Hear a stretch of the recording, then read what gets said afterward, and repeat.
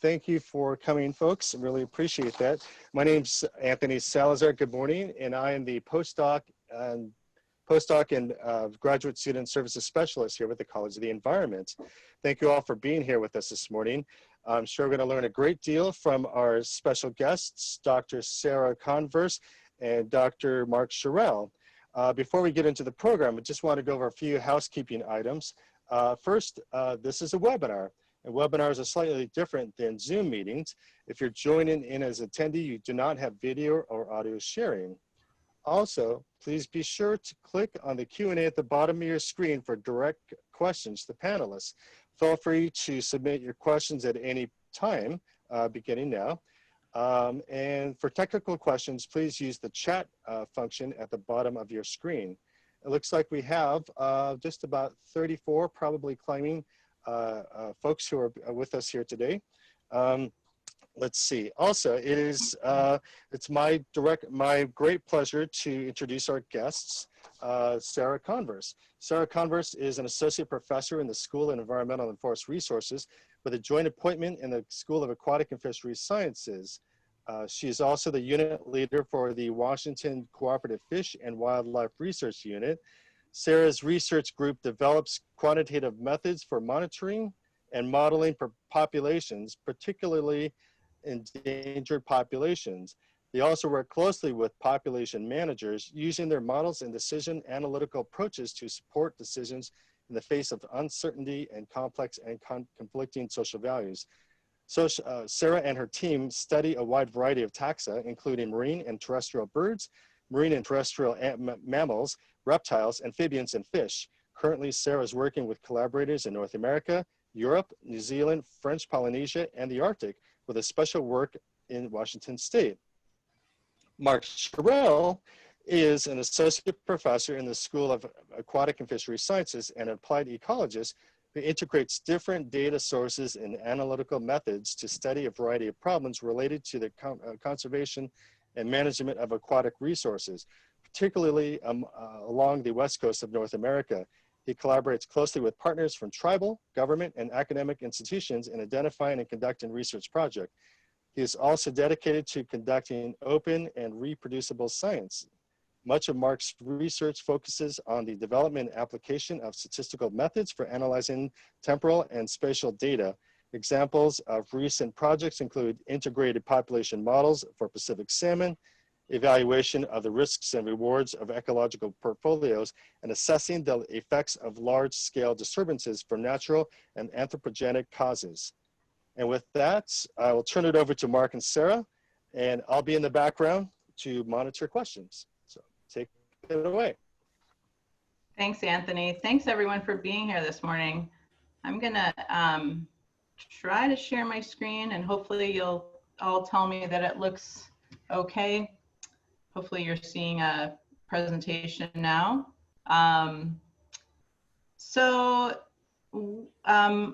Mark and I are both federal employees who also are university faculty. And so in this position, we find that we regularly get questions from students and postdocs about how to get a federal job, what a federal job is like, and so on. So we thought we would just try to answer a lot of questions for a lot of people kind of all at once. And so we put together this presentation with that in mind. I will say just briefly that, you know, we both have worked in the federal government for more than a decade, but we've also only worked in a part of it. And so our experiences aren't necessarily representative of the entire experience of all federal employees. And there's still a lot that we don't know. So we're going to definitely be coming from our perspective, but we'll try to fill in the holes that we can. And we're also going to try to get you some more resources and other contacts and people in other agencies that will help you to, if you're interested in other kinds of positions and want to learn more. So we're going to start by introducing ourselves, and then we'll get into the content. And we'll talk a little bit about kind of how we got here. So as Anthony said, I'm Sarah Converse. I'm an associate professor with a joint appointment in forestry and in fisheries. And I'm also a USGS employee. So, and in that role, I'm the unit leader of the Washington Cooperative Fish and Wildlife Research Unit. So the cooperative research units are part of the USGS ecosystems mission area. And we're a unique program because the people in the cooperative research units have these unique positions of being both federal employees and affiliated with universities. And we can talk more about what that looks like as we go. My background, I have a BS from Michigan State University, an MS from University of Nebraska, and then I did my PhD at Colorado State University in Fish and Wildlife Ecology. And as that was wrapping up, I was offered a postdoc with the Colorado Co-op unit, but stationed at Patuxent Wildlife Research Center. Patuxent is a USGS research center that's just outside of Washington, DC. So I finished up my PhD. About a week later, I packed up and moved from Colorado to DC, and I was there for the next 13 years. The first 3, I was a postdoc working for the co-op unit at Patuxent, and then I ended up getting a permanent position, which I applied for in the quantitative research group, where I ran a research program on endangered species population ecology and management. But I always kept my eye out for co-op unit positions because I knew that I would really be happy in a co-op unit. And when the Washington co-op unit leader position came up in late 2016, I was really excited and applied for it, and I got it and started at the very beginning of 2017. And moved out here in March of 2017, and I've been here ever since. So that's a little bit about my path. I'm going to turn it over to Mark now, and he is going to talk about his path and then get into some of the content. You're muted. Thanks, Sarah. Yes, my name's Mark, and I came to be here by a rather circuitous path myself. I did my BS in zoology from the University of Wisconsin. Then I took a couple of years off while I worked for the Wisconsin and for the Cornell University Biological Field Station. And from there, I rolled into a master's program at Cornell.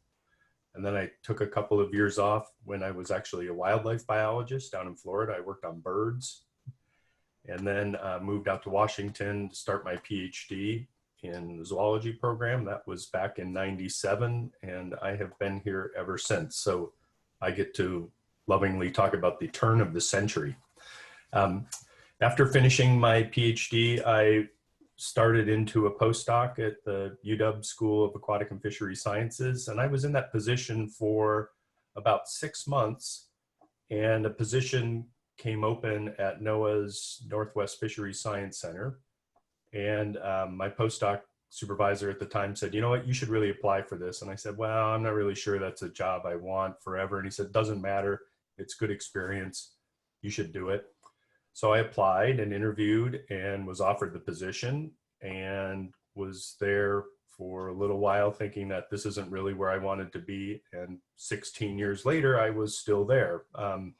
So it was actually a really pretty good deal for me. I spent most of my time there running a research program where we did a lot of status assessments for endangered species, but also commercially important species.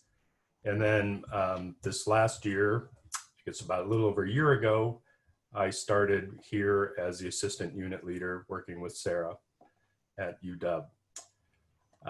So let's see, we'll jump in. So I'm going to spend a little bit of time talking about where are career opportunities in environmental sciences just in general.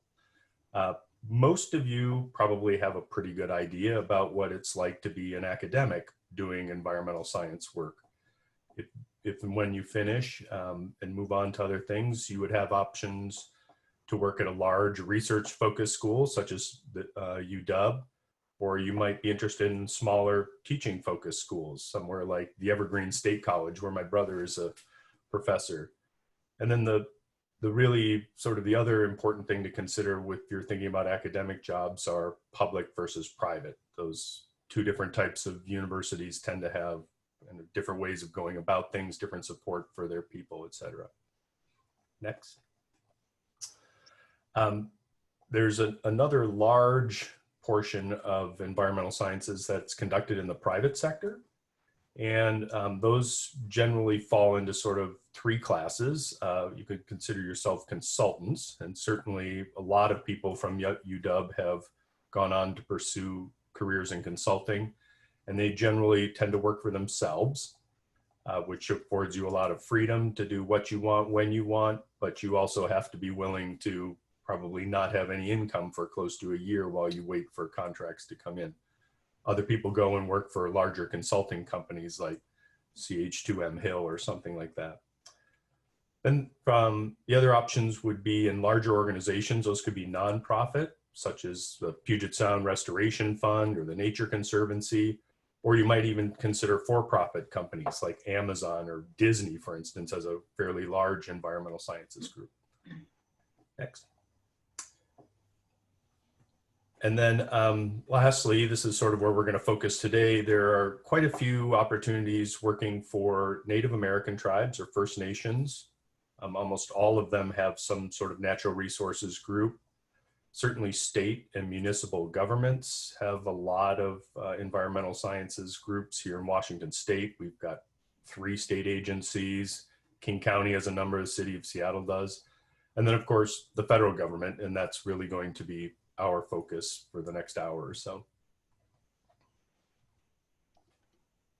Okay, thanks, Mark. So I'm going to talk now a little bit more specifically about federal jobs. Where are they? So in case you don't remember from Schoolhouse Rock, we've got 3 branches of government.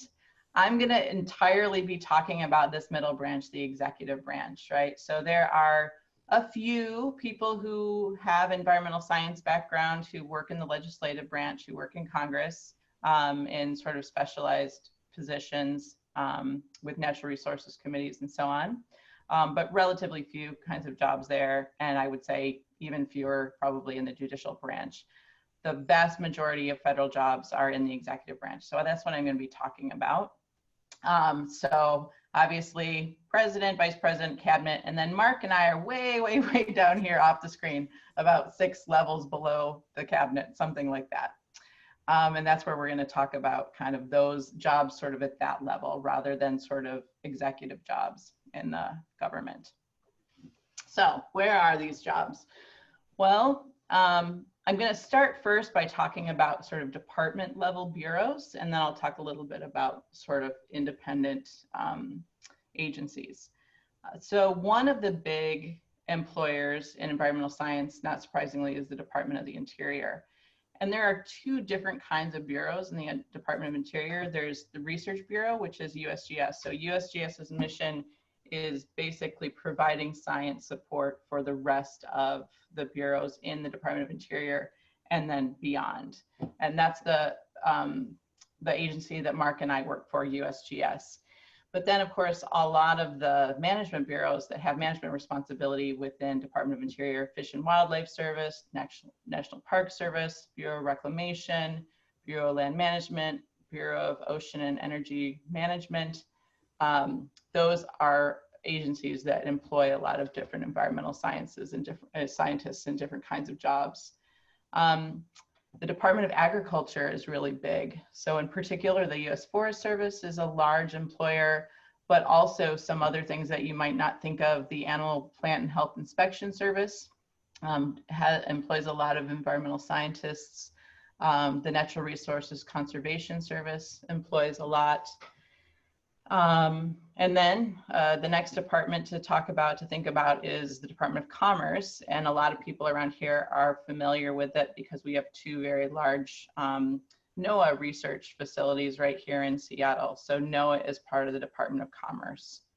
And then last, and this is one that maybe some people don't think about, is Department of Defense. The Department of Defense is the largest landowner in the federal government, and they have basically natural resources specialists at all their large installations. And those people often are going to have backgrounds in environmental science. They're civilian employees. They're not in the military, but they do work for DOD doing natural resources management. on Department of Defense lands. There are smaller groups in places like Department of State. I'm probably missing some, but those are the sort of the major sort of employers at that kind of level. Then there's also something like the EPA, which doesn't sit within a department, it's an independent agency. And that has both research and management functions. And I should mention, right, that I distinguish in Department of Interior, USGS is a research bureau versus bureaus that have management authority. And all of the other ones that I talked about, except for Department of Defense, have both researchers, that is people whose primary jobs are to work as scientists, and managers, that is people whose primary job is to work on managing natural resources or managing ecological systems, et cetera. And then I'll sort of switch over to some other independent agencies that are a little bit smaller, I'm less familiar with, but that do employ some environmental science scientists, places like NASA, places like NSF, the Smithsonian, which is actually sort of quasi-public, quasi-private, but does employ federal employees as scientists. And there are others I'm sure that I'm missing, and many of you may even know of people who work in some of those other agencies. But I've tried to hit on what I think are some of the big ones. And so far, I've really been thinking about people who are sort of traditional kind of federal employees in the civil service. But I also want to note, and we'll sort of touch on this a few other places, that not all people who sort of work for the government in general sense actually are regular civil service employees. A lot of the people who work in federal research centers or work for federal, on some kind of federal natural resources management are actually contractors. So the government goes out and pays a company that employs people, and those people work not for the government, but for their employer who has a contract with the government to do certain kinds of work. There's lots of people, for example, at the two NOAA offices in town who have contract positions. That's important partly to know that there are other pathways into the government.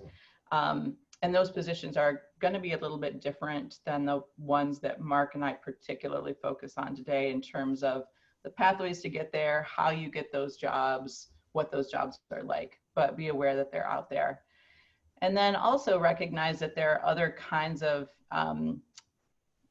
positions in the government that are not sort of the typical sort of career permanent positions.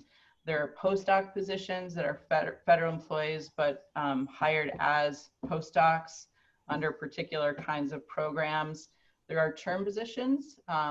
Mark might mention that a little bit more. And then I'm also going to talk about some special hiring programs briefly, things like the Presidential Management Fellows and the Pathways program, which are designed basically to bring students and recent graduates into government service. Okay, I'll send it back to Mark now. Great, thanks. Okay, well, since we're talking about federal employees, there must be good things and bad things about it, just like most things in life, and that is absolutely true. Starting with the pros of federal employment, I think one of the biggest issues that we typically have is security. Once you're hired into a position, you typically have a 1-year probationary period, which then rolls into a kind of a 3-year kind of soft vetting. But after that, you're essentially tenured, and provided you don't do something terribly egregious, you could be there for life. And especially in weathering ups and downs of certain economic storms, it can be nice to think that, well, as long as people keep paying their taxes, I will have a job. In general, the benefits are exceptional. We get great health insurance. We actually have a pension. We have 401ks, that sort of thing. There are a lot of other resources available to us, things like mental health and the like. In general, too, this has been my experience, that people working for the federal government tend to be really quite good natured. They really care about what it is they're doing.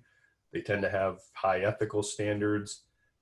They're not there to get rich, because if they were, they'd be off in the private sector doing something else. So in exchange for perhaps a less than I was going to say less than ideal, but perhaps with the idea of sacrificing a little bit of salary, you can gain a lot of other benefits, both kind of tangible, but also intangible.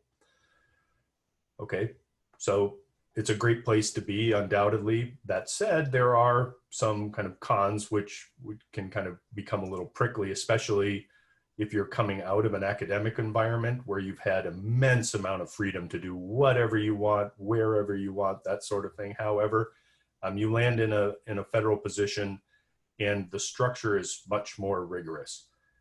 If you're fond of org charts, procedures, and forms, we've got a spot for you. And some people take those things unbelievably serious. When I first started my position at NOAA, at one point, my supervisor came to me and told me I did not use the correct font in a memo that I had sent to people upstairs. The other aspect that can be a con, this is not the case for Sarah and I in our position, is that some people in federal positions have relatively limited scope for what it is they do from day to day. So for instance, at NOAA, where I was previously, the stock assessment biologists there were really focused on stock assessments. They did not have a lot of time and liberty to do other things that they wanted to, because by the time they finished one assessment, it was about time to start the next one or the like. The government is much more like a large oil tanker as opposed to a Formula One race car. It takes a lot of energy to get it to move in a different direction. So even though there can be groundswell of support for different policies and procedures, because it's been done that way forever, people tend to be reticent to that change. And then the other thing is that there are some restrictions on your activities, things like travel, some political activities and the like, and we'll talk about that a little bit more in a minute. Next. Okay, so what are the kinds of federal positions? So you're looking into these jobs and you're trying to think about how you might go about this with an environmental science background. They're really sort of in general two different tracks, and those being research and those being management. Research positions are often just that. You're hired to essentially conduct research, do the investigative science that you were trained to do. Management positions tend to be more about managing people, making decisions that will affect the way fish and wildlife are, I guess I'm trying to managed, but make decisions on what you think will either positively or negatively affect these set catch rates for fisheries. How are we going to operate hydropower dams, those sort of things. Research promotions then are generally based on things like how independent are you? Do you do a lot of work on your own, find a lot of initiative? Are you original, or are you just sort of one of the herd where you're following along and you wait to be told until you've done something? What is the impact of your science, both on society as a whole from a science perspective, but also on the management decisions that need to be made? And then your stature in the scientific community. Are you somebody that people know? Are you somebody that people want to serve on like expert panels? Do they want you to lead seminars, propose sessions at society meetings, those sort of things? In contrast, management promotions are typically based on things like position openings. So if somebody, your boss retires and that job becomes available, you could apply for that, which essentially amounts to a promotion. And then the other bit is typically the production of your team or program. So if the people who work for you are doing well, then that tends to reflect well on you. And because of the sort of different nature of these jobs, the sort of the ceiling can be different. So oftentimes management positions have a slightly higher ceiling, and you can work your way a little further up the org chart than you can if you're in a strictly research-based promotion. Then the other thing we should comment on briefly here is this idea of permanent versus term positions. So I mentioned earlier that one of the benefits was, well, if you get in and you can behave yourself after a little while, you could be there forever. That is, if the nature of the position you were hired into is, quote, permanent. There are other positions that are called term positions, which are typically set up for 1 to 3 years, and they can be renewed on occasion, but that basically means you're going to be hired here for 1 to 3 years, and when that work is done, so long, goodbye. Perhaps we might have something else for you, but there are no guarantees. Next. Okay, here's a really big thing that probably everybody's been wondering about: funding. How does anybody get money to do work in the federal government? Well, the biggest source comes from Congress. So every year, Congress sits down and they fight with one another for a long time, and then they miss their deadlines, and then they miss their deadlines again. And sometime they will finally appropriate money that trickles down to your agency, and it comes once a year, and it's usually late in the year. So that tends to make it hard to do long-term planning because your money only comes 1 year at a time in general. There are some exceptions, but typically the government spends money 1 year at a time, and they can't bank it, so it's got to be spent. So this time of year, people are often running around and our inboxes will start to explode here quickly. It's like, if you have any needs, you need any equipment, a computer, whatever, let me know now, because we've got all this money that has to be spent now before the end of the fiscal year. The other options for funding are internal competitive sources. So within NOAA or within USGS, we might have programs that are available to the scientists in those agencies. And they typically involve a proposal, just as other RFPs. And so you're essentially competing against your agency colleagues, but that's a much smaller pool than kind of competing nationally or globally for all scientists. The nice thing about that is it can offer you some freedom. So if you're able to secure some money from elsewhere and you're not tied to congressional spending, that usually means you have the ability to go out and do some additional things that people hadn't said ahead of time. Well, we have to do this because Congress says so. Then the last source are external competitive sources. So these are things that may be nationwide. It may be a government sponsored program. It could be a privately sponsored program.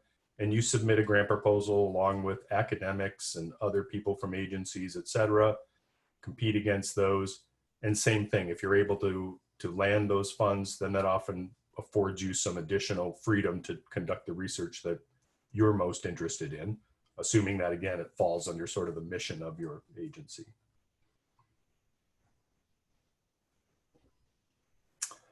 Okay, the last kind of important thing here with respect to federal government is that the federal government is rightfully very concerned about and interested in ethics.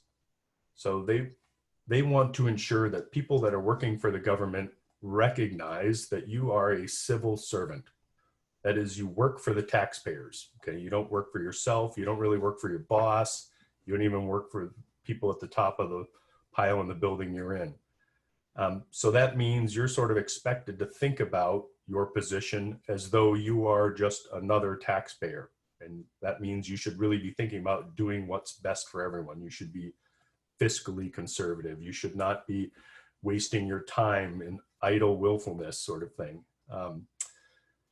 The other thing that's important is this idea of advocacy.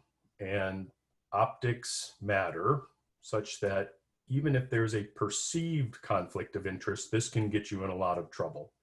So if it looks like perhaps you're having side conversations with someone who might be able to slide some money your way, that can be a problem and something you definitely want to avoid. And it's not even that you're necessarily doing it, but it's that perception. And of course, now everybody's carrying around a small camera and video recorder in their pocket. And so things will be caught on film and they will be recorded and that sort of thing. So you really do have to mind your P's and Q's. And then the last thing, which is unique to federal positions, is that the Hatch Act, which was passed in the late 30s now, it's nearly 100 years old, really places some strong restrictions on what, where, and when you can do with respect to political activities. So you can't use your federal government computer to send out emails encouraging your neighbors to vote for a particular candidate. You can't try to solicit money for a candidate on official time, those sort of things. So it's not a big deal. It's just something you need to be aware of, that you don't have quite the freedom you would have if you were in an academic position, for instance. Thanks. Okay, great, thanks. So a lot of what we get asked is about how to get a federal job. So I'm going to talk a little bit about that, and then we're pretty much going to open it up for questions, which I think, you know, we want to leave plenty of time for. So how do you get a federal job? Well, one thing to note is that all federal jobs, that is regular civil service jobs where you're an actual federal employee, are going to basically come through usajobs.gov. So if you've never been to usajobs.gov and you're interested in a federal job, go there, set up an account, and I'll talk a little bit about some of the benefits of doing that. Couple of things to know about getting a federal job. First of all, there are different pathways to federal employment. So if you go and look at a job, you might see it listed as a merit promotion job. So what that means is basically you have to already be a federal employee to get a merit promotion job. Veterans, so people who are veterans have particular pathways into federal jobs. There are other kinds of specialized paths. I mentioned the Presidential Management Fellows Program. I mentioned the Pathways Program. Those are both programs. If you're currently a student and you're interested in federal employment, look into the Pathways Program, look into the Presidential Management Fellows Program. Both of those programs bring people into the federal government on temporary positions with the idea that they have a pathway into permanent employment with the federal government. So those are all specialized paths into the government. You have to have a certain kind of membership in a group or identity in order to get those kinds of jobs. Other jobs are open to the public, but recognize that that means US citizens. If you're not a US citizen, you are not going to be eligible for federal employment, even if you have a green card. So recognize that. So when you're looking at jobs, you have to look at that pathway and under which someone's being employed to determine whether you're eligible for the job. Another thing to think about is the job series and the educational requirements. So federal positions will be advertised in one or possibly multiple job series. And I'll talk a little bit more about what I mean by a job series. And the educational requirements for the position are determined by the series.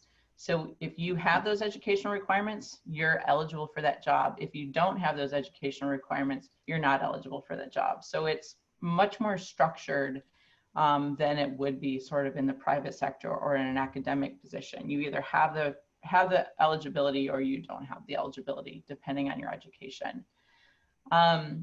Another thing when you're looking at positions to recognize is that the GS level, or in NOAA, the Z level, basically determines sort of how much you're going to be paid and the level of responsibility that you have for your position. So research positions where your primary responsibility is research, and Mark talked a little bit about the criteria for promotion in those positions are different than in management positions. Those positions are generally going to start at a GS 12 or above, and they'll offer promotion typically up to the GS 15. So you don't have to get a new job. You can just keep getting promoted based on those characteristics that Mark talked about: your originality, your stature, your impact, your independence. GS 15 is the top of the civil service. So basically, to be a civil servant, GS 15 is as high as you can go. Above that, you're in executive service. Non-research positions will generally be capped at a specific grade, and that grade will have something to do with the responsibility. So if you have a high management responsibility, your position might be capped at a GS 15. If you don't have supervisory responsibility, generally your position, a non-research position, would be maybe at GS 11, 9, maybe at GS 12 or 13, sort of more unusually. So the GS level is something to look at when you're looking at positions. It'll tell you something about what kind of job it is. So I thought, just as an example, I'd talk a little bit about my job. So when I saw the advertisement for my job, the current position that I have, what it said was research wildlife biologist / fish biologist / ecologist. And then it has these codes after it, GS 0482, 0486, 0408. Okay, so let's talk about what this means. So first of all, it says research. So I knew that this is a research position as opposed to a management position. There are wildlife biologist positions, for example, in the federal government that are not research. If you're a biologist on a national, you're a scientist, but you're still classified as a wildlife biologist. So it's a research position. The particular opening could be filled by someone who qualifies to be a wildlife biologist. That is, they have the educational requirements to qualify as a wildlife biologist, a fish biologist, or an ecologist. These 4-letter codes are just the codes associated with those positions. So my position is an ecologist position. The code for that position is 0408, just so you know what those numbers mean. And then it says 13/14/15. So this is basically saying the position could be hired at the GS 14, a 13, 14, or 15 level. And if it's hired at a 13 or 14, you're eligible for promotion within the position up to a GS 15, up to the top of the civil service. And then these codes out here at the end, BB just says something about the pay scale, not particularly interesting. MP means merit promotion. So this is saying this position is only open to current federal employees. And that's the case with my job because I'm the unit leader and I have supervisory responsibility. I already had to be a federal employee to qualify for the position. So if you go to these qualifications are set nationally. If you go to OPM, the Office of Personnel Management, you can look up the classification for a particular position, the ecology series, that's what I am, 0408, that's the code for it. And here are the basic requirements. It's gonna list it right there. You have to have a degree in biology or a related field, including at least 30 semester hours in basic and applied biological sciences, including 9 of those in ecology and 12 hours in physical or mathematical sciences. Okay, so I'm gonna come back to a little bit about how you document that in a second, but that's basically what a job announcement means. It's gonna tell you whether it's a research job or not. It's gonna tell you what the classification of the position is and therefore what the educational requirements are. It's gonna tell you the promotion potential and it's gonna tell you who it's open to. Is it just federal employees? Is it the public, et cetera?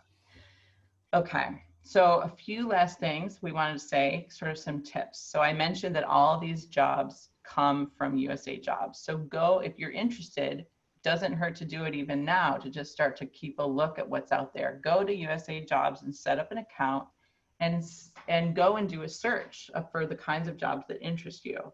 I want to work for NOAA in Washington State. Set up a search and save the search, and then the system will actually send you alerts so that when jobs come up, you can look at them. And by doing that, you can start to get a feel for the kinds of jobs that are out there. So then you're starting to do that. Let's say you save a search, you're setting up alerts, and a job comes up and you look at it and you say, wow, that seems really interesting. I think I'm going to apply. A couple things to recognize. Most of the time, you would, if it was an academic position, for example, you might be tempted to reach out to the person who is hiring the position. So who is my supervisor going to be? I'm going to reach out to them and talk to them, or somebody else in the department, I'm going to reach out and talk to them. Typically in a USA Jobs announcement, that information isn't going to be available. The contact information that you're going to have is for someone in human resources. And that person's job, that human resources person's job, is to oversee the hiring process and to basically come up with a list of qualified people that will go to the person who has responsibility for hiring. So recognize that the person who's on the announcement is probably, the contact name is probably someone who's only going to be able to help you with sort of technical questions like, how do I upload my transcripts or things like that. If you're interested in the position and you want to talk to somebody who actually knows about the position itself, the best thing to do is try to find someone who has a contact in that agency. I see that there's a job at the Alaska Science Center for NOAA and I'm really interested in it. Talk to someone who you know who works at NOAA at the Alaska Science Center and say, I saw this position, where would this position be? Who could I talk to? And then you might have an opportunity to reach out to that person. Those people in those positions may be less used to potential applicants. So it'll be a little bit different experience, but you can do that. Another just minor tip, in USA Jobs, you're going to have to upload all the information. You're going to have to put a resume or a CV in there. You're going to have to upload your transcripts. You're going to have to upload some forms if you qualify under particular hiring pathways. A little tip from me is to upload a resume versus build a resume. They have a build a resume thing where you can copy and paste into little boxes.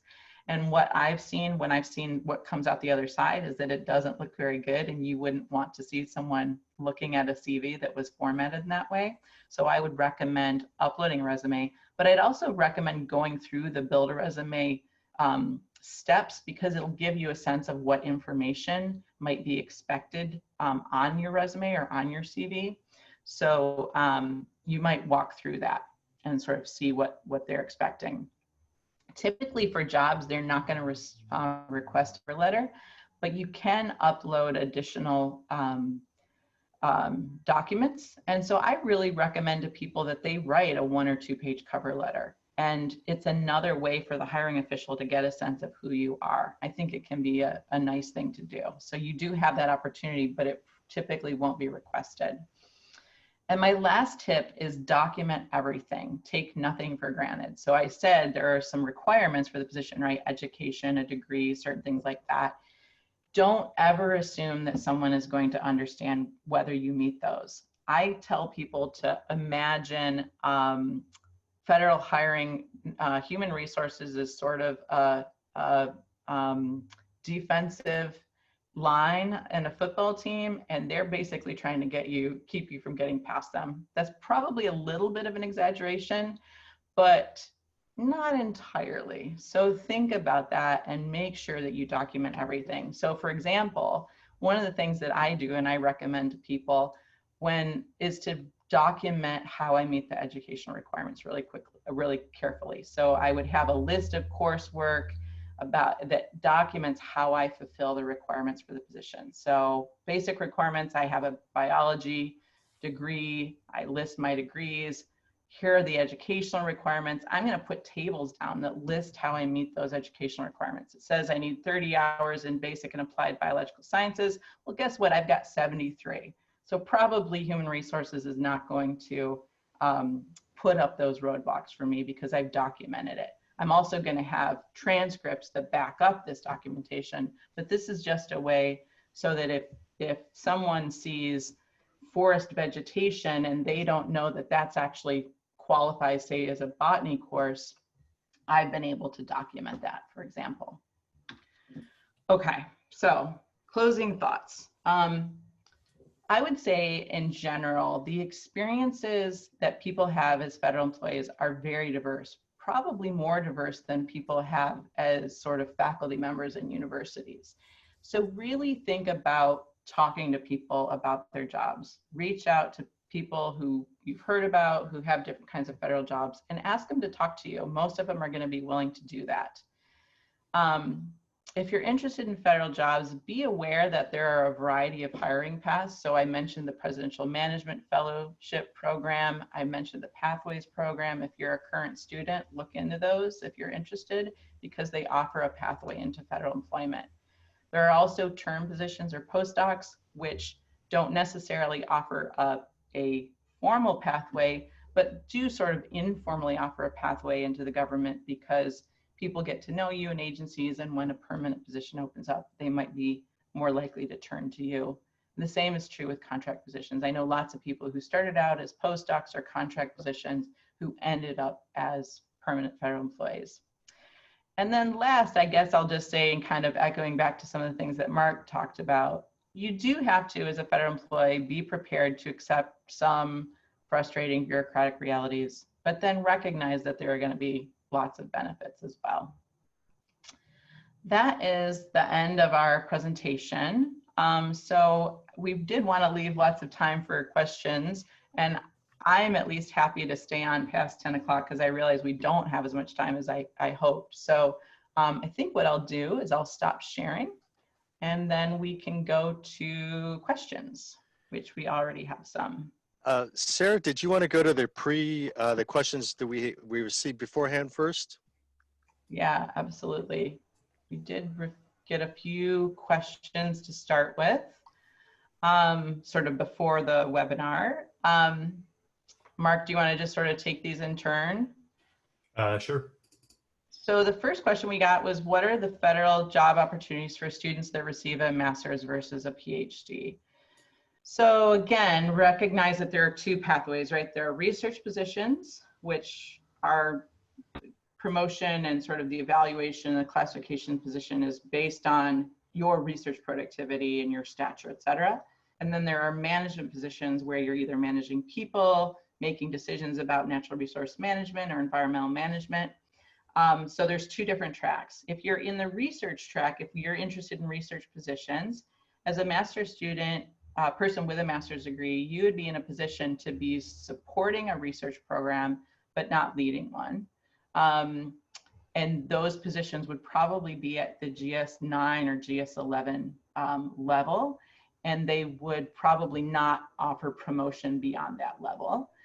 But lots of kinds of jobs are like that. People work in those jobs, certainly in the office that I was in the research center that I was in before I was here. People, for example, the bird banding, the National Bird Banding Lab is there, and people who work for the bird banding lab and monitored and managed bird banding around North America, a lot of them had master's degrees. In the management side, a lot of people who would work on, say, a national wildlife refuge, or for the Forest Service in sort of forest management, or for the National Park Service, a lot of those positions, people in those positions would have master's degrees. And the thing about a master's degree is you might start as a GS9, 11, but if you would then open yourself up to promotion. So if you do well in those positions, a supervisor position might come up and you might be able to qualify for that, and so on. So it's possible then, through taking on sort of supervisory responsibility, to climb up to sort of the top kinds of positions in terms of responsibility in the management track. Anything else to say about that, Mark? No, I think that's a pretty good synopsis. Okay. Okay, next there was a question about what are the pros and cons of conducting research within a federal organization compared to research in academia. Well, I think briefly and as succinctly as possible, you could think of academia as being completely wide open. You can do anything you want. If you can get money, if somebody will give you money to do it, even if you want to do it on your own dime, you can do that. Inside the federal government, you're often constrained a bit more by, well, the mission of your particular agency or of your particular group. If you're at NOAA and you're supposed to be working on, quote, living marine resources, turning around and saying, yeah, I'm going to study butterflies in Ohio is probably not going to fly.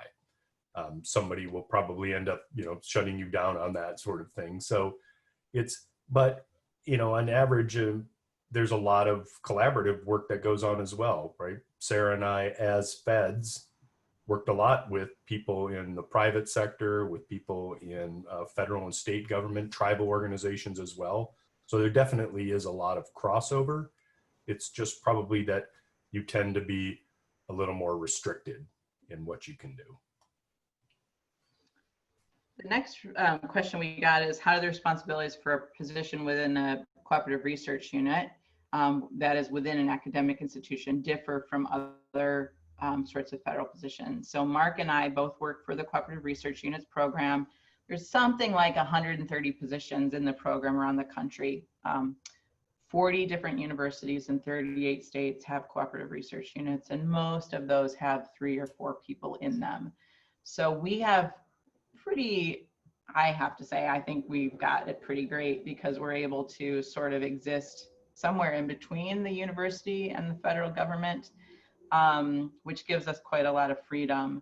So the Cooperative Research Units program is a program that was started in the 1930s, and the mission of the program was basically to bring federal resources to bear on state management of fish and wildlife. So our mission is to be here, be in the university, train graduate students and postdocs, and to work with state and also federal partners on research that's important to them for their management decision making. That said, I have projects obviously in Washington. I'm Washington Cooperative Fish and Wildlife Research Unit, and I love working locally. And one of the reasons I took the position is because I wanted to work locally. I also have positions or research elsewhere in the US, and I also have research outside of the US. So as an academic faculty member, I have quite a lot of freedom to choose what research I'm working on. That said, if I had no research going in Washington at all, and I had entirely migrated my research to the South Pacific, my supervisor would probably sit me down and say, this isn't exactly what we want you to be doing. So the responsibilities in the position basically then are training graduate students. We're working on research with our partners. We function just like other academic faculty. We do service, we teach, although our teaching responsibilities are kind of on the light side, just 1 graduate course a year. And we're part of the sort of the academic institution. And so our jobs look a lot more like academic jobs than they do in a lot of ways like federal government jobs. Yeah. Okay, then there's another question here. It's asking about the potential benefits or drawbacks of federal versus state level employment. And I think that's a really good question. And certainly there's probably not a one answer for this question. I think in general, my experience has been that federal level positions or organizations, maybe not just the position, tend to have less dynamic funding. They don't have quite the highs and lows that some of the state organizations have to deal with. Like right now in Washington State, we're gonna suffer a major budget crunch here, and that is going to affect state fish and wildlife, natural resources, ecology, et cetera. So that's maybe one of the benefits. A lot of federal law takes primacy over state law. So in certain circumstances, what the feds see as important, they will often turn to their own people and say, what do you think about this? I've heard from the states, but this is really a federal issue. How should we weigh in on it? So there may be some of that. Possibly one of the drawbacks, though, is that you're often seen as a fed, meaning you're too far removed from this. I know it's in your backyard, but you don't really understand this. The state people probably have a little better working relationships. I shouldn't say, this is a gross generalization as well, right? They may tend to, other people may feel more comfortable working with people in a state organization as opposed to a federal agency, just because we're seen as the 800-pound gorilla in the room. So it's a good question, but I'm not sure there's a great simple answer to it. They come and go. There are definitely pluses and minuses. And then sort of the last of these pre-questions we got was, are there any hazards to avoid in federal job-related interviews that differ from a non-federal interview? So I think 2 things come to mind for me. One is, going back to what Mark said about, as a federal scientist, you're being hired to do a particular kind of position. And so if someone who had come up through an academic tradition didn't really understand that, if you're being hired, like Mark said, if you're being hired to work on, endangered salmonids in the Columbia River, and you go into the interview and say, oh, I'm really interested in the, Atlantic coast, and I'm really interested in working in Europe, and I'm, sort of presenting yourself as more of an academic rather than someone who's going to work on the work of that agency and the responsibility of that agency in that office, that would be a turnoff for a federal interviewer. So that's something to be aware of. And then the other thing, I guess, is kind of what Mark said about sort of ethics and basically being nonpartisan. It's important in those interviews to, present yourself as a person who's going to care about those things, who's going to be nonpartisan, who's not going to bring a lot of sort of partisan baggage to work, not going to bring their sort of personal points of view to work around political issues, et cetera. Those are a couple of things that occur to me that you would want to be particularly aware of when interviewing for a federal job. Some of the things you might get away with saying and even get support for saying in a university interview probably would not be as welcome in a federal interview. Yeah, good point. Okay, so maybe we can jump over to some of the questions here in the Q&A session. We have a few in here.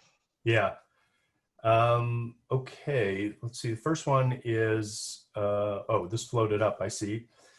What is the hiring timeline? Do they need to fill positions quickly? If I'm graduating at the end of winter quarter, how far in advance can I apply for things on USA Jobs?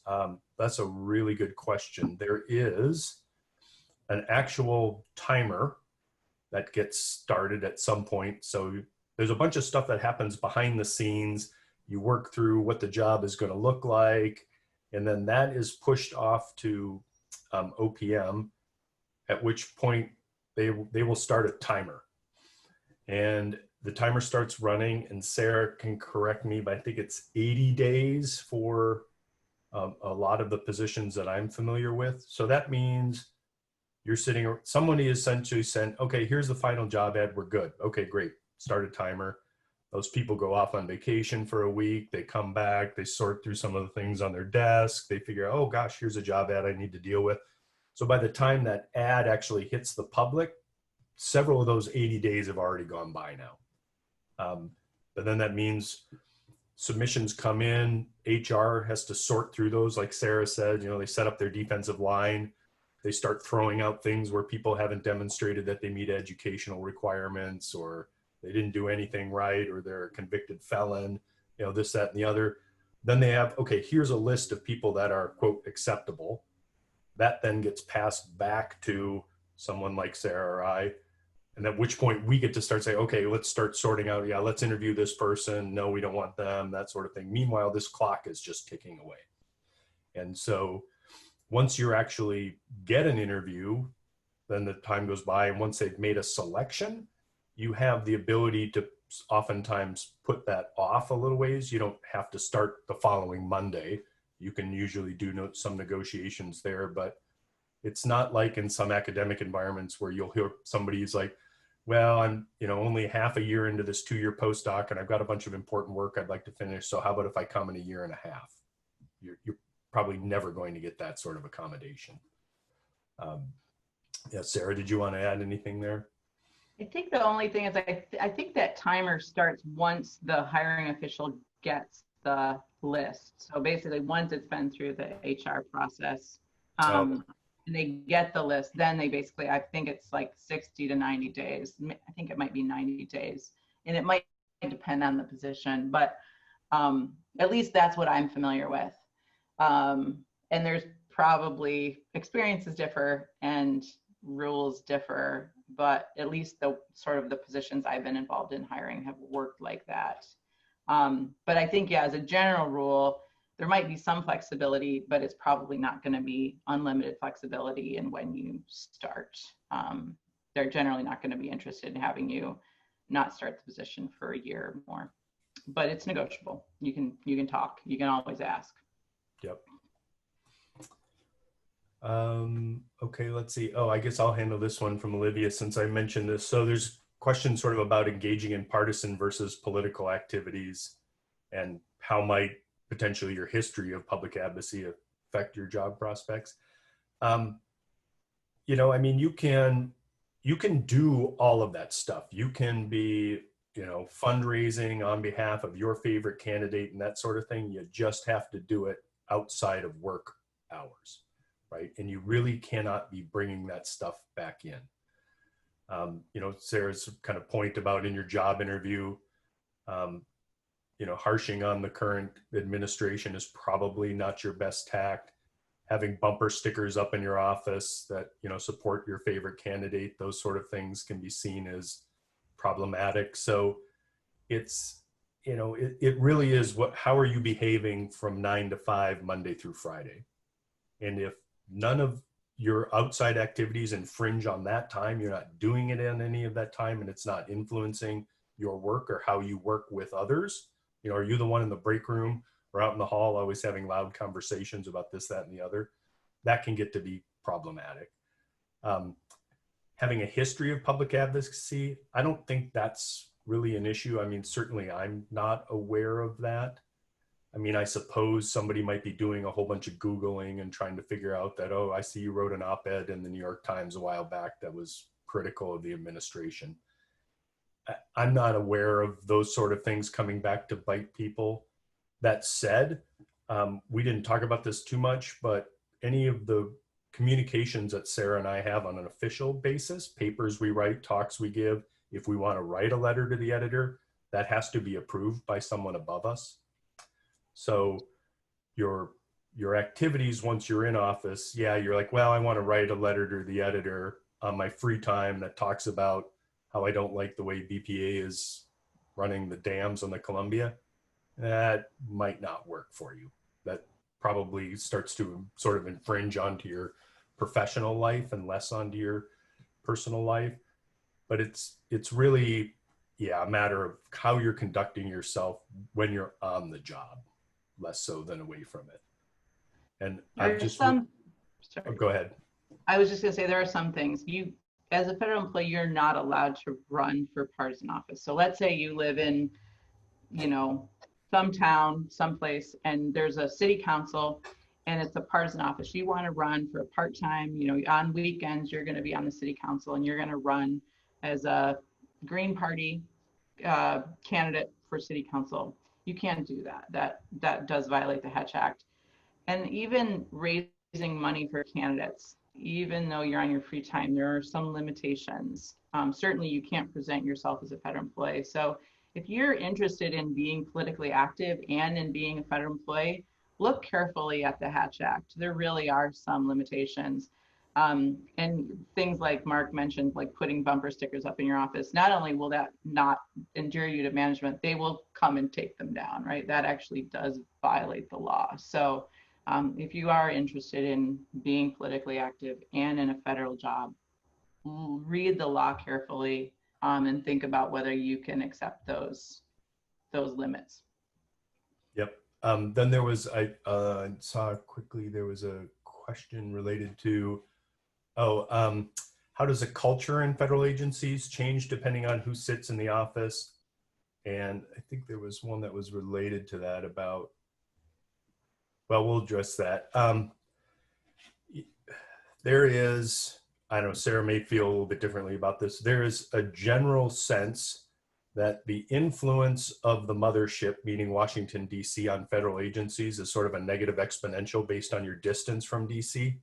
So those people that work in the greater D.C. area, yeah, a lot of them wear suits and ties to work, that sort of thing.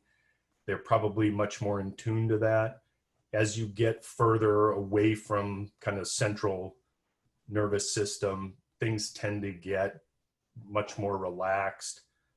Certainly it depends on what part of the world you're in. I mean, if you're in an area that's largely red or blue, you know, that kind of tends to permeate. I mean, in federal agencies, we have pictures of the president and the vice president hanging up. Under former administration, sometimes those pictures have gone missing, depending on who's in office and that sort of thing. And then, you know, someone hangs one up again. So there's that. The truth of the matter is, though, historically, for instance, oftentimes federal appropriations for science have gone up under Republican administrations, which some people think to be quite counterintuitive. So it's not always good or bad that, oh, someone's in office now, they're going to try to throw out all science. I mean, we've seen perhaps a little bit of that more recently. So it can be of issue, but oftentimes what's happening on the ground level for organizations is relatively immune to some of that. I mean, certainly directions change, you know, like the nasty phrase climate change has gotten some people in trouble, for instance, in some organizations now that they wouldn't have had in other administrations. So it varies, but I don't think that's a huge influence on what's going on. Yeah, I mean, sort of related to that, you can, like Mark said, it's a slow organization to change, right? And part of that is because it's huge, right? And some of that means that you're protected from, as a federal employee at the kind of level that Mark and I work at, you're protected from some of the political winds. It takes a long time for influence to trickle down, and the federal government, it has its own culture, and people see their role as, I have a job to do, I have a responsibility to the American people, and I'm going to do that regardless of who is in office. And so there's a strength in that, I think, in some ways. And just people just trying to do their job and carry out the mission of their agency, and not be so sensitive to the Congress, the conversation that's happening that day in Congress. Just be responsible again to the citizens of the country. Yep. Let's see, there was one kind of related. Oh, speak to the hiring outlook for federal agencies in the next few years, given COVID and economic recession, et cetera. Sarah, I know you've said some things along these lines, which are much more poignant than I have, but basically the federal government is not really interested in looking like a big bad bully. So the idea that they would decide, oh, the economic situation is really bad, we're done hiring. You know, that's not really the way they want to go about it. In fact, that would be a way they could actually support the economy, would be to, in fact, hire some people during some of these situations. The co-op units, of which Sarah and I are part of, have actually had a really concerted effort recently where we've had some kind of a windfall in appropriations to actually start filling out some more positions. So again, that the federal hiring process does not always follow kind of the larger winds of the economy and that sort of thing. Let's see, there was another, oh, this is a good question because we didn't touch on it. Workplace culture, sort of along the lines of, yeah, what is your thing? Is question about, is it standard 9 to 5, Monday through Friday, hours, weekends, et cetera, flexibility? Yeah, a lot of agencies do offer quite a bit of flexibility. It, to some extent, depends on the nature of the position. In more research-based positions, you often have a lot of flexibility. I was at NOAA, I was on a program called MaxiFlex, which basically meant I owed them kind of 80 hours in 2 weeks, and that I could work with my supervisor to figure out how that worked. A lot of people will do 9-9, so they take every other Friday off.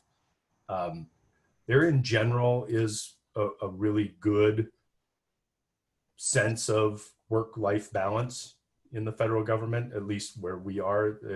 People generally are not trying to, you know, kill themselves. They're working 40 hours a week because a lot of people will tell you that's all you get paid for. And it's literally a violation of the rules to essentially volunteer your time outside of those things. So, I mean, it happens. People answer emails at night and on the weekends. And certainly if you're in a situation where, you know, there's animal husbandry or these sort of things, sometimes people have to be there on the weekends or holidays to take care of fish or aquarium, that sort of thing. So it happens. But in general, there's a lot of focus on, yeah, well-being, people have, we had yoga classes at lunchtime, and, people would go play basketball and do these sort of things. And yeah, it was generally, thought of as a 9 to 5 type of job, which again, I think is one of the draws to it, that people are not expecting you to beat yourself into the ground over it. I'd say that it is probably, I mean, wherever you are in the federal government, if you work 40 hours a week and you are getting your job done, no one is ever going to say you're not doing enough, right? If you're working hard and getting your job done and you're doing it 40 hours a week, there's a culture that, yeah, that should be enough. And that said, it is possible to work too much as a federal employee, but it's generally your choice if you're doing it. Probably the people that are most vulnerable to it are probably people in our positions, because we're in a culture in the university of people who work a lot. And yeah, I'm probably a little bit vulnerable to that myself, but I'm working on it. I'm working on getting better at that. So great question. Yep. Let's see, there were a couple of questions related to sort of academic requirements. So there was one, does it matter whether classes are taken numerically graded versus sort of a pass, fail, or a satisfactory, non-satisfactory? I guess I don't know the ins and outs of that. I assume that if it shows up on your transcript as a credited class, now like audit, I think you might get into, that may be a gray area that may not count if you said, well, I audited that class, but I think pass fails still count as credit. And that, I'm not sure for sure, yeah. But yeah, that way, if you have any doubts, it would be a good question to ask. Yep. Someone who's in human resources. Let's see, there's one about having a degree at a higher level than required. Is that a benefit or a hindrance? So yeah, if you're thinking about, oh, I've got a PhD, but I see this GS9 position, it can happen. And I think more and more people are probably more heavily qualified for some of the positions just because the job market is somewhat limited. So once upon a time, that may have been a sign of like, well, why are you here? You're largely overqualified for this position. But that I think has changed somewhat now.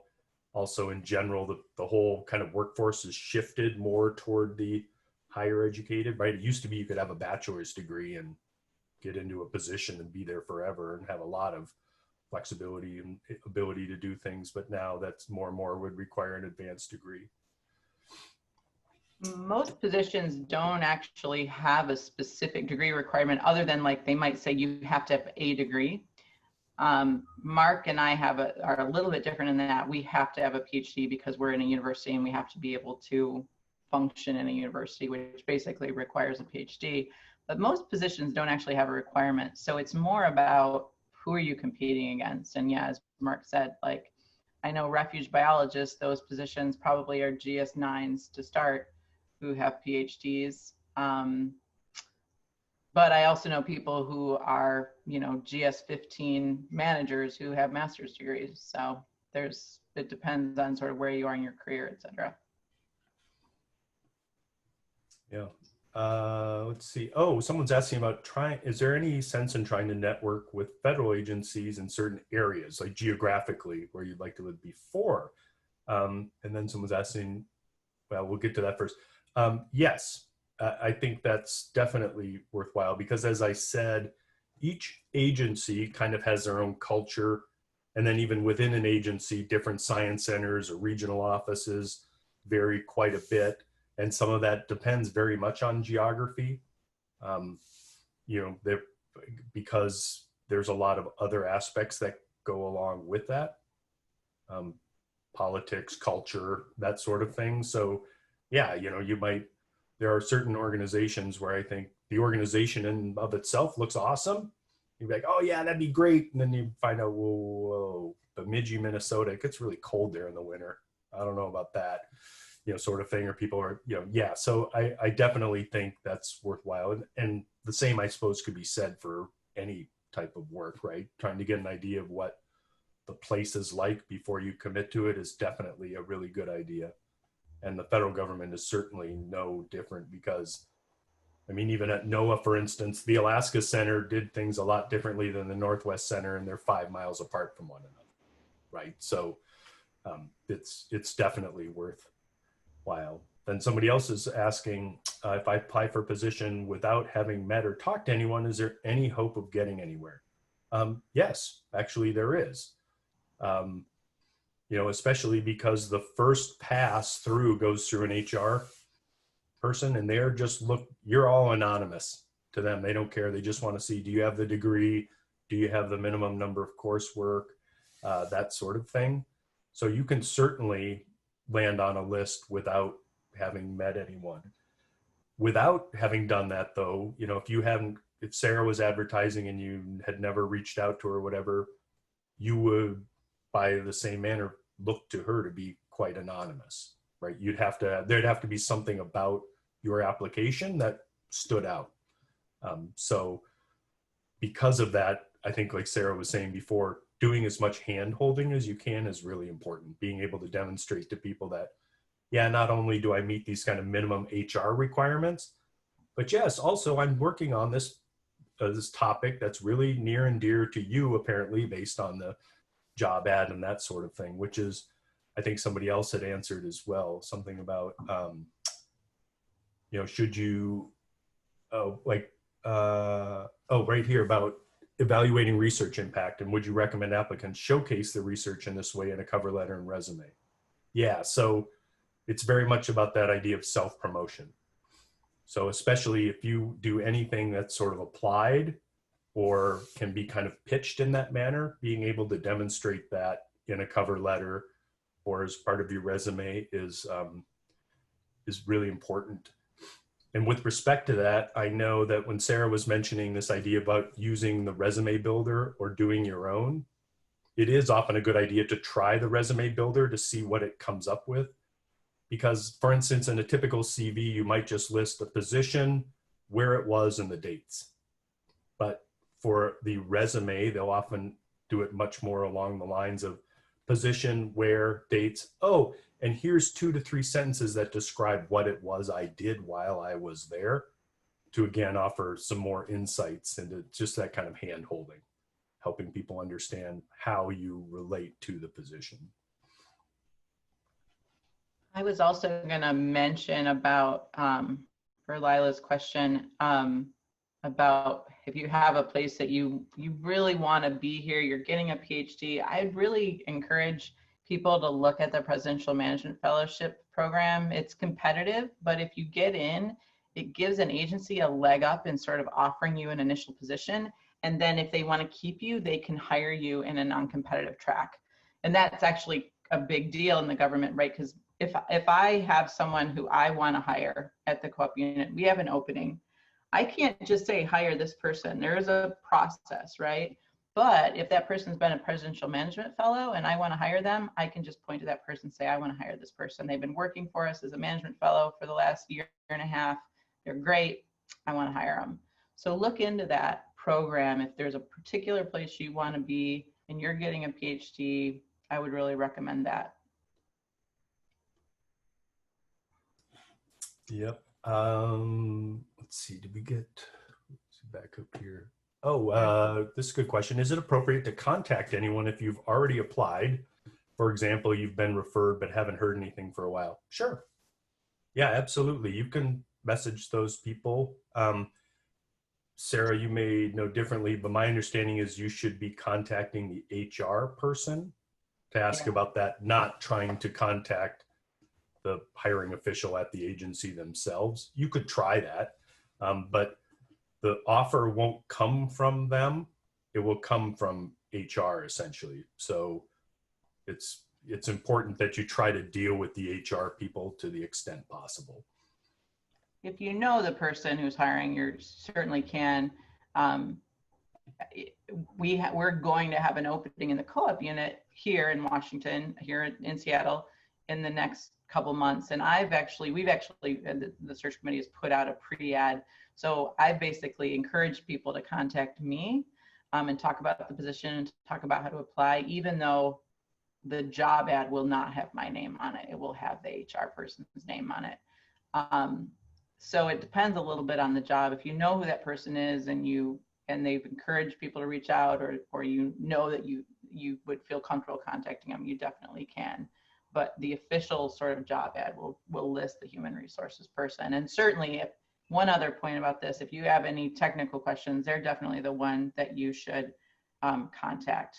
And then related to that, if you apply for a position and you're found not qualified, and you so I've had this before, someone reaches out to me and says, I applied for this job and they've told me I wasn't qualified, and I clearly am, and like, can you fix it? And the answer is, I have absolutely no control. The hiring official has no control to fix that. So this is why I said, like, you have to get past that HR, and you have to do everything you can to document how you are qualified. Don't take anything for granted, because once that decision is made, if that hiring official is, you were their top candidate for the job, they have no way really to change it. So keep that in mind. Yep. And that actually speaks a bit to one of Olivia's questions here about needing to send in your transcript to prove credit hours. Yeah, in fact, most of the ads will even make that a requirement that you must submit transcripts. And this is part of that. What's really important there, two aspects. Your transcript should say somewhere on it, degree confirmed in June 2020 or something like that. Because again, like Sarah said, some of these positions say PhD required. And you might have submitted a transcript and it looks great, but if it doesn't say on there, yeah, degree confirmed. I've also heard of people that will send in PDFs or scans of their actual diploma, right, as a certification that they've had the degree. But with respect to your transcript, this is another great reason for why Sarah had suggested you lay out in tabular form the course that the university called it, Bio 100. And then there's going to be some really weird abbreviation that the university used to describe that class that means nothing to an HR person. So yeah, if you can just do, again, that hand-holding bit so that they see that, oh, biology 100, that's introduction to ecology. And you kind of spell that out on the side, then they can have your piece of paper here in your transcripts and kind of go back and forth and get them to match. So, yep. Yeah, you almost certainly need transcripts. Publications, will be heavily looked at for hiring, especially from recent PhDs who may not have had time to publish all the chapters. That really depends on the nature of the position. I mean, oftentimes, especially for entry level positions, yeah, there's an expectation that a lot of the people that would be applying to this position, recent PhDs, recent postdocs, and they just will not have had the opportunity to publish that somebody who's been around a lot more would, that sort of thing. So I think that often scales to the position and sort of the expectation of what it was. I mean, certainly for like Sarah's job or my job, absolutely, we couldn't have applied and had 6 publications and been competitive, because everybody else would have had 5 times that many or more, right? So it definitely depends on the position, but at entry level positions, there is definitely an understand, it's not unlike other jobs. We're looking for the potential here as well, right? It doesn't have to be all of the demonstrated performance, but do they have the potential to perform at a high level? And that will often comes from like letters of recommendations, part of the interview process, those sort of things. I'll just add a little bit with like the cooperative research unit positions and any other sort of, research position where the goal is that we're going to bring someone in to lead a research program. If it's hired as an entry level, that will generally be as a GS-12. And you can sort of think of it as somewhat equivalent to a university hire, right? The people who are relatively fresh out of their PhD and have fewer publications, they might end up being competitive, just like they might in a university position, because those publications are really good, and you know, they've got 6 of them, even though they just graduated, and they work in a particular area that the institution's really interested in.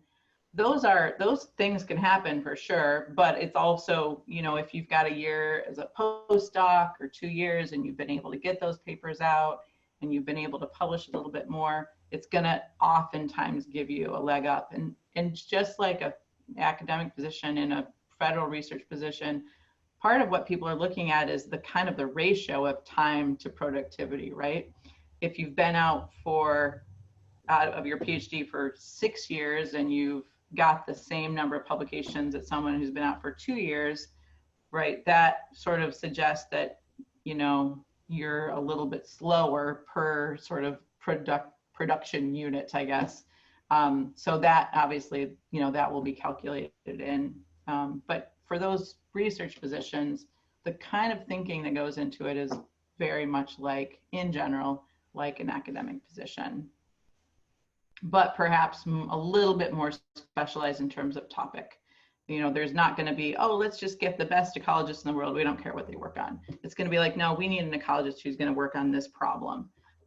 So that's going to matter. Yep.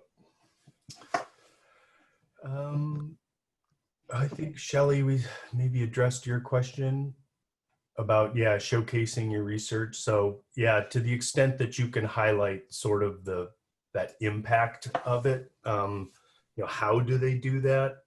In the formal promotion review process, you essentially have to write out a document, at least in USGS we do, that spells all this out. And then you list a bunch of references, and then there's a review panel that will read everything you've written, and they will check with your references, and they will ask around. And so you know, for references, you want to list not your landlord, but you know, you want to list people that could speak to, oh yeah, I worked with Shelley on this project and she did a great job, and we ended up using that to help us decide how to do X, you know, that sort of thing. So to the extent that you can demonstrate those types of things, absolutely fantastic. I once had a supervisor at NOAA who said, you know, his feeling was it's really important to toot your own horn because nobody else is going to do it for you. That's, you know, it was tongue in cheek, but there's a lot of truth to that. If you're not going to be a champion for yourself, it's hard to imagine that you should just expect somebody else to do it. So you don't want to take liberties, and you certainly don't want to portray yourself as something you're not, because that can certainly come back to bite you in the rear. But yeah, being able to demonstrate connections between your research and what it means for the greater scientific community or for society as a whole is really important.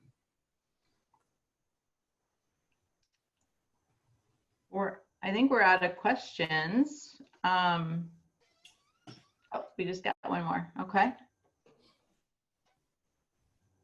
So we'd love to hear about why you both decided to come work at UW and become faculty members. Was it desire to teach part of the decision, or were there other reasons? Yeah, I can talk a little bit about my decision. So I went to a university for my PhD that had a co-op unit at Colorado State University.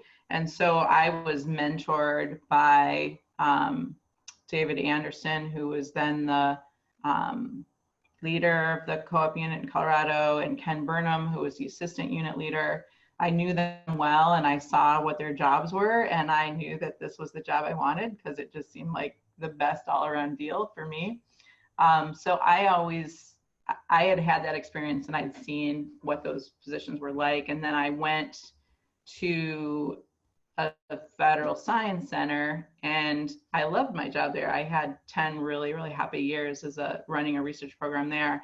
But the ability to be back in the academic institution and the ability to work with students was always something that was missing. I had students that I worked with, but I never had students who I was the primary mentor, and it was a relatively small part of my job. And that always was just something that bothered me and that I knew I kind of wanted. And I looked at academic jobs, but after 10 years of being in a research position, the idea of going back and sort of starting over as an assistant professor was not as attractive.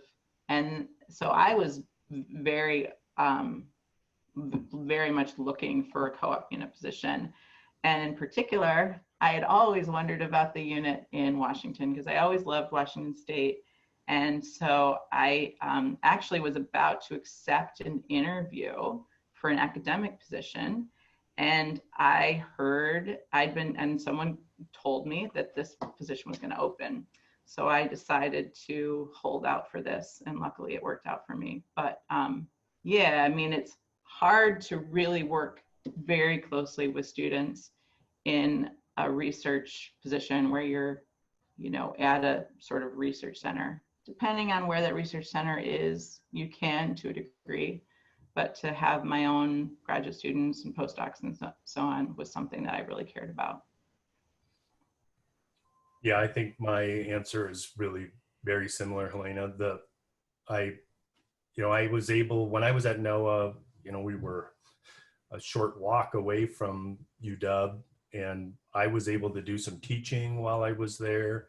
I did do some work with students, more with postdocs, but I guess I felt like Sarah that, yeah, I was looking for the ability to try to formalize that arrangement.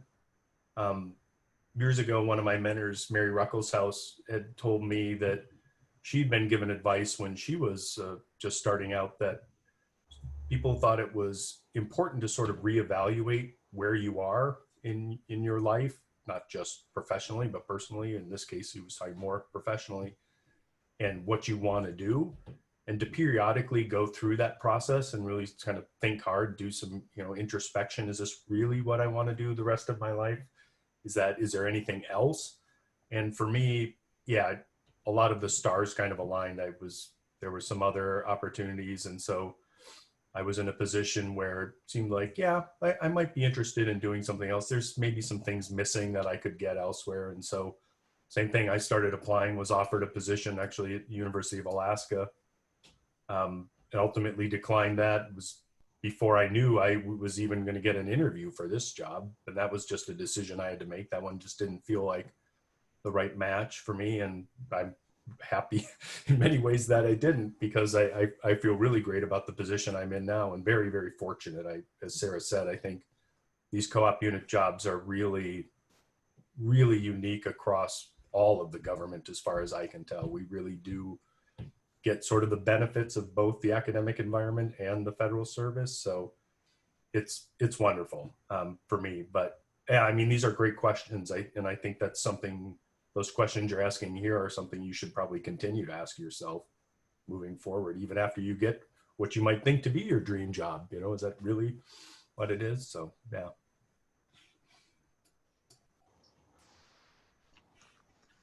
Great. It looks like we might have worn them out.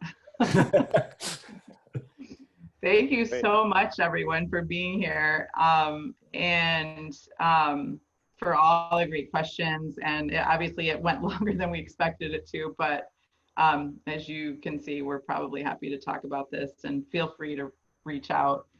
I think, Mark, we're going to put some resources together as well, right? So if we can get that together, we'll send out a link to kind of a web page with some more resources along these lines. And yeah, as we said, feel free to reach out. And that's great. So thank you very much, Sarah. Thank you very much, Mark. So this session's been recorded, and as soon as we get the link, we'll get that out, and we'll have that posted on our webpage as well, along with the resources. So thank you very much, everyone. Really appreciate you joining in on this, and I hope that you got some great information from these two great folks. So again, have a rest of the wonderful day. And again, Mark and Sarah, thank you very much. Really appreciate it. Sure. Thank you, Anthony, for helping. All right. I'm ending recording. Take care, everyone. Bye.